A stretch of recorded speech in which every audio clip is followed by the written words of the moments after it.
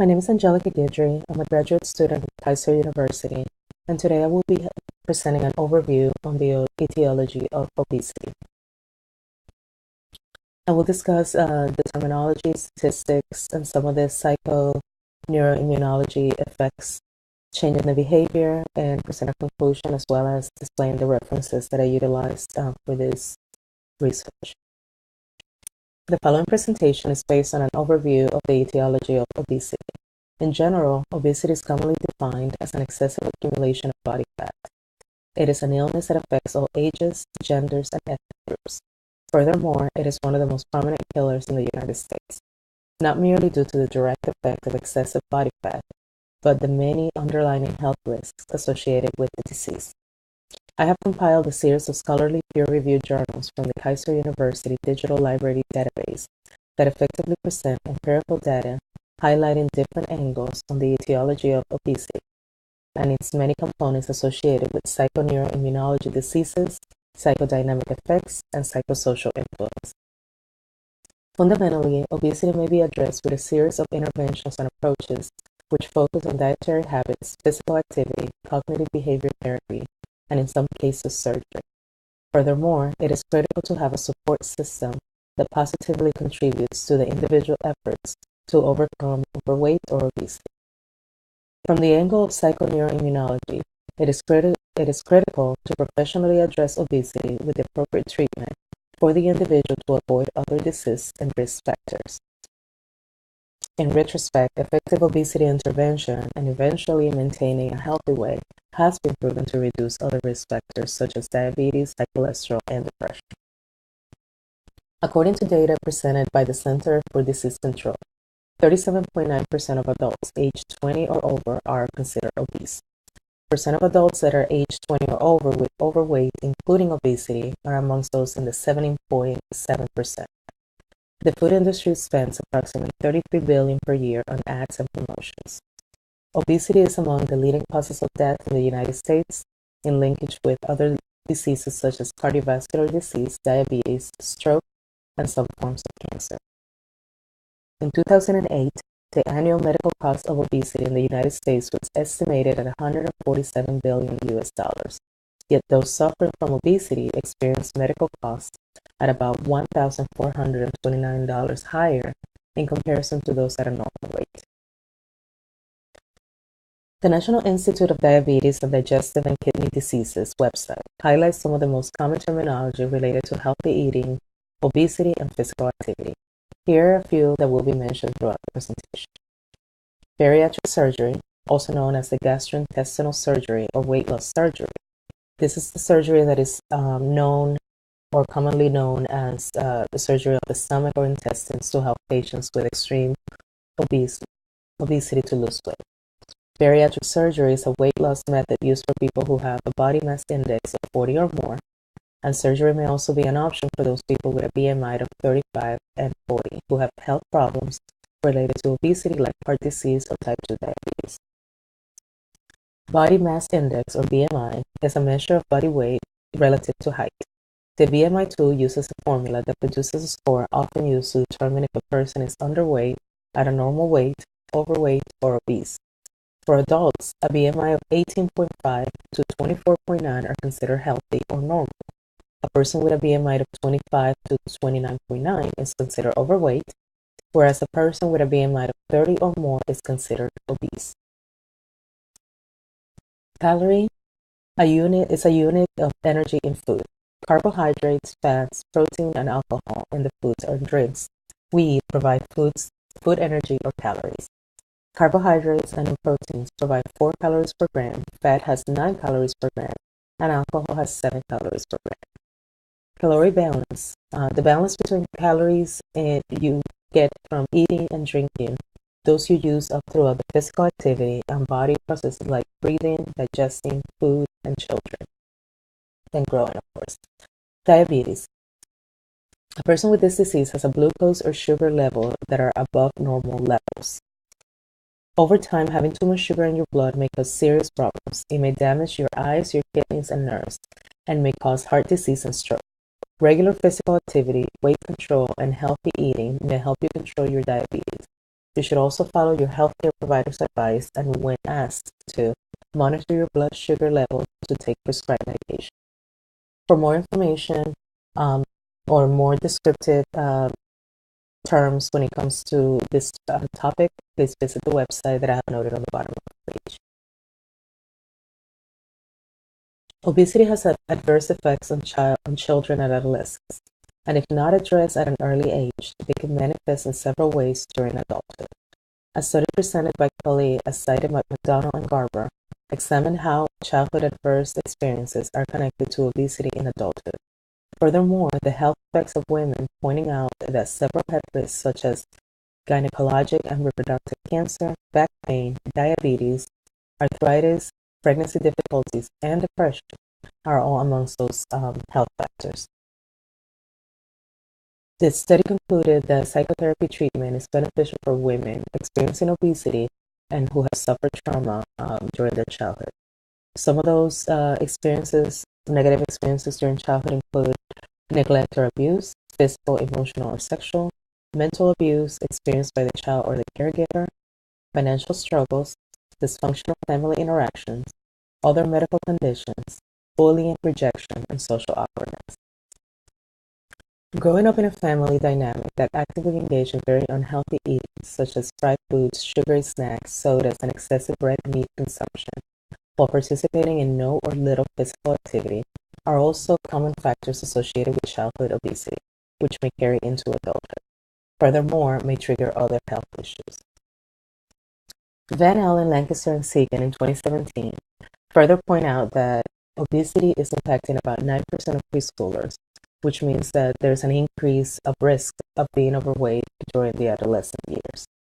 Van Allen also highlighted a meta-analysis conducted by Janik in 2014, which applied a comprehensive behavioral family lifestyle initiative in which families participated in activities with the objective to engage the entire family in more physical activity, and found it beneficial in reduction of BMI.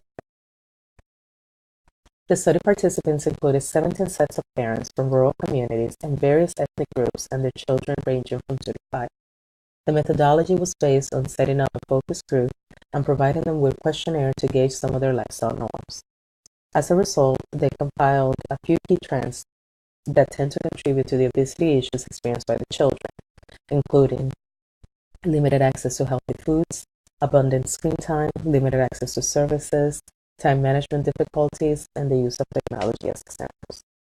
Understandably, children and adolescents are going through a critical period of growth and development, so it is crucial to educate at an early age how to balance healthy eating with consuming enough and the right nutrients to decrease the chances of obesity. Obesity is a clear manifestation of psychoneuroimmunologic factors linked to a cycle of unhealthy habits, including eating habits, low physical activity, unhealthy emotional state, and the onset of worsening of the medical condition accumulations, causing exponential detrimental effects on one's life. Some of the health risks include excess body weight, type 2 diabetes, cardiovascular disease, and certain types of cancers and issues with sleep apnea. It is fundamentally essential that the individual dealing with obesity is simultaneously treated for physiological, psychological issues, nutritional changes, exercise implementation, and a professional platform that provides psychoneurological support. Another critical support system includes the individual's close friends and family. It is important that the patients share their health concerns and can be specific on what they need and expect from their loved ones to increase the rates of success in their process. There are two types of diabetes, type 1 and type 2 diabetes. Type 1 tends to be an autoimmune disease which explains the inability for the body to produce or effectively manage insulin. Type 2 diabetes is generally diagnosed on or after the age of 40, and the development of this type of diabetes is commonly attributed to obesity.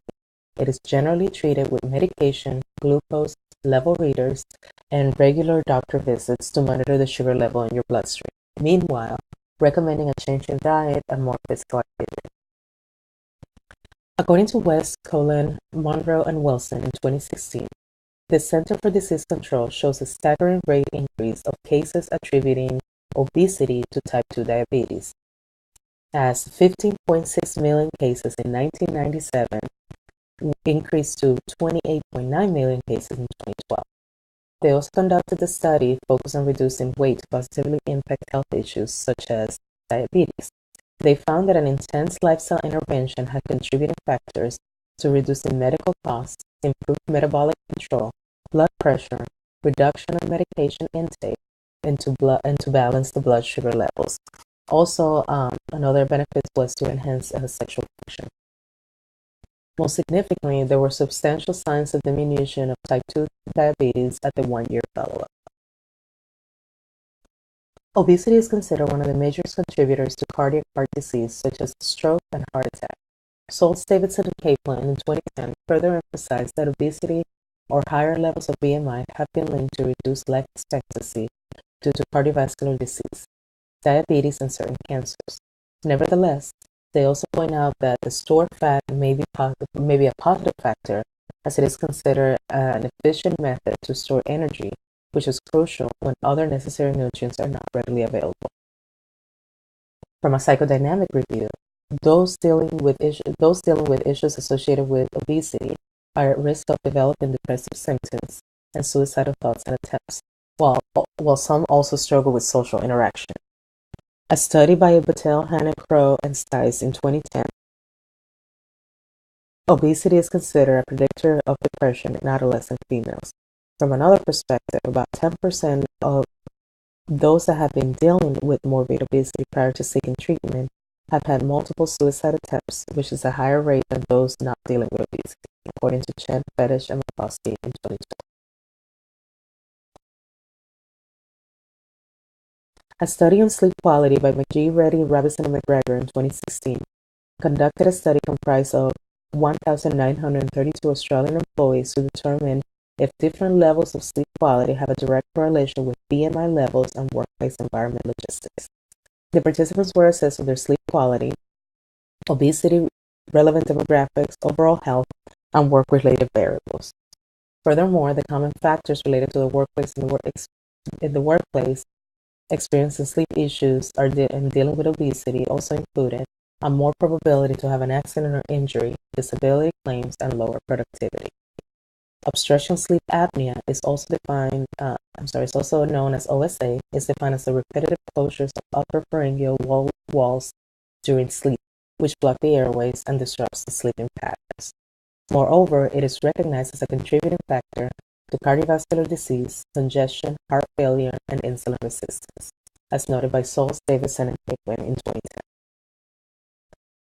There are several factors that could be attributed to changing the behavior, and one of them would be the cognitive behavior therapy, as one of the psychological methods applied to address obesity and assist the patients with depression issues, food addiction, and suicidal ideation.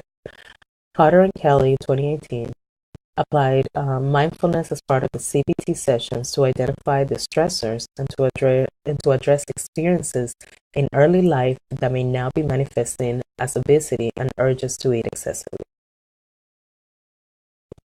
Making modifications to daily eating habits and changing the present patterns of physical activity are also a critical part of tackling the issues associated with being overweight or obese.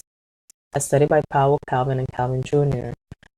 Recommended some of the following: a low-calorie, low-fat, high-fiber high-fiber diet, moderate exercise, education, low alcoholic consumption, change in shopping, cooking, and eating patterns and behavior. Obesity is an epidemic that continues to have a dire impact on health. The underlying effects an individual dealing with obesity must be addressed from a multidimensional perspective of psychological, physiological, and immunology assessments.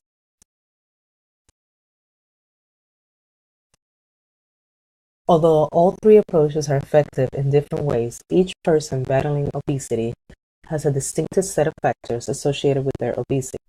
It is quintessential to address overweight and obesity issues during childhood, adolescence, to prevent that many conditions to be triggered by it. Furthermore, if the obesity sets in adulthood, it is critical to take a closer look at the lifestyle changes that may have caused the pattern that caused the weight changes. Most importantly, identifying the emotional stressors or psychological determinants determinants that cause the onset of the unhealthy lifestyle to avoid the occurrence of the issues and create a new